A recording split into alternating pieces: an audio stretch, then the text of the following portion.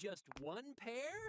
Some of the most powerful companies on Earth don't sell technology, oil, or weapons. They sell shoes. But behind every logo is a story of obsession, rivalry, and sometimes outright deception. Some brands built empires on innovation, others on culture. And a few changed how humans move entirely. But here's the strange part: most people wear these brands every day without knowing what they really stand for. Nike. What started as a small operation selling shoes out of a car became one of the most dominant brands in human history. But Nike's real power isn't just performance, it's psychology. The swoosh represents movement, speed, and victory in a single glance. Here's the weird part. Nike rarely talks about shoes. It sells identity. From Michael Jordan to global athletes, it built a system where wearing Nike feels like becoming something greater. But that raises a bigger question. What happens when a brand becomes more powerful than the product itself? Adidas. Born in Germany from a family feud, Adidas and Puma literally split from the same house. But Adidas took a different path. Instead of pure dominance, it focused on blending sport with culture. This is where things get interesting. Adidas didn't just stay on the field, it entered music, fashion, and street identity. Run DMC turned sneakers into status symbols. And suddenly, performance shoes became lifestyle icons. But that blurred the line between function and fashion, and this is where things start to shift. Puma, the forgotten sibling that refused to stay small.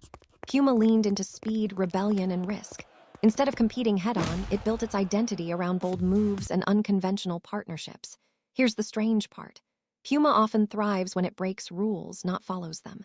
From track legends to fashion icons, it carved a space where sport meets attitude. But that strategy comes with danger. When your identity is built on disruption, you always need the next big move. Converse, a brand that barely changed its design for decades, yet never disappeared. The Chuck Taylor became more than a shoe. It became a symbol, but not of athletes, of outsiders. Musicians, skaters, and rebels adopted it. Here's the twist. Converse was originally designed for basketball performance, but today it's worn mostly off the court. This is where things get strange. A failed sports shoe became one of the most successful cultural icons ever, and it proves something powerful. Sometimes simplicity beats innovation. Vans, built for skaters, but it didn't stop there. Vans became a uniform for entire subcultures. Skateboarding, punk music, street art, it all collided into one identity. But here's the interesting part. Vans never tried to dominate globally in the same way as Nike or Adidas. Instead, it focused deeply on community. That created loyalty that money can't easily buy. But it also limits scale.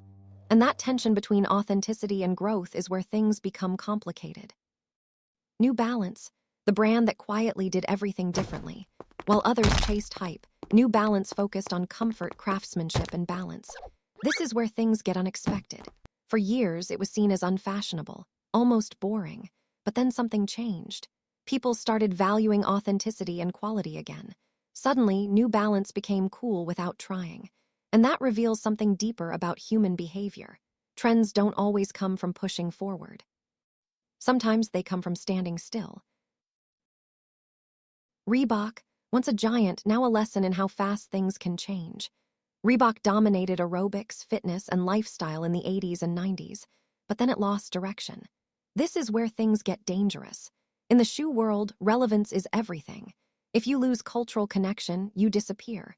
Reebok tried to reinvent itself multiple times, but the competition kept evolving faster. And it shows how brutal this industry really is. Under Armour, a brand built on performance and innovation. It started with moisture-wicking shirts, not shoes. But then it expanded aggressively. Here's the surprising part. Under Armour's rise was fueled by science and engineering, not culture. But that created a gap.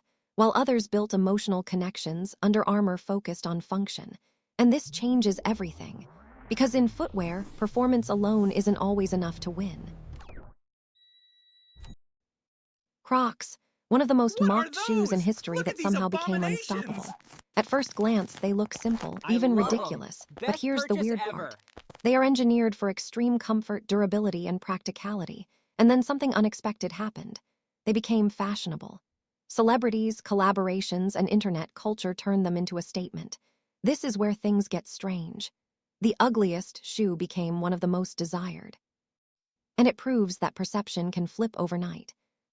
Balenciaga, the extreme edge of fashion where shoes become statements, not tools. Oversized sneakers, exaggerated designs, and sometimes intentionally strange aesthetics. Here's the deeper layer. Balenciaga isn't trying to make functional footwear. It's testing boundaries. What people are willing to wear. What defines luxury. And what happens when design becomes controversial. But that leads to a bigger question. When does a shoe stop being a shoe and become something else entirely? And once you start looking at these brands this way, you realize something unsettling. Shoes aren't just about walking. They're about identity, status, psychology, and belonging. And every step you take might be telling a story you didn't even know you were part of.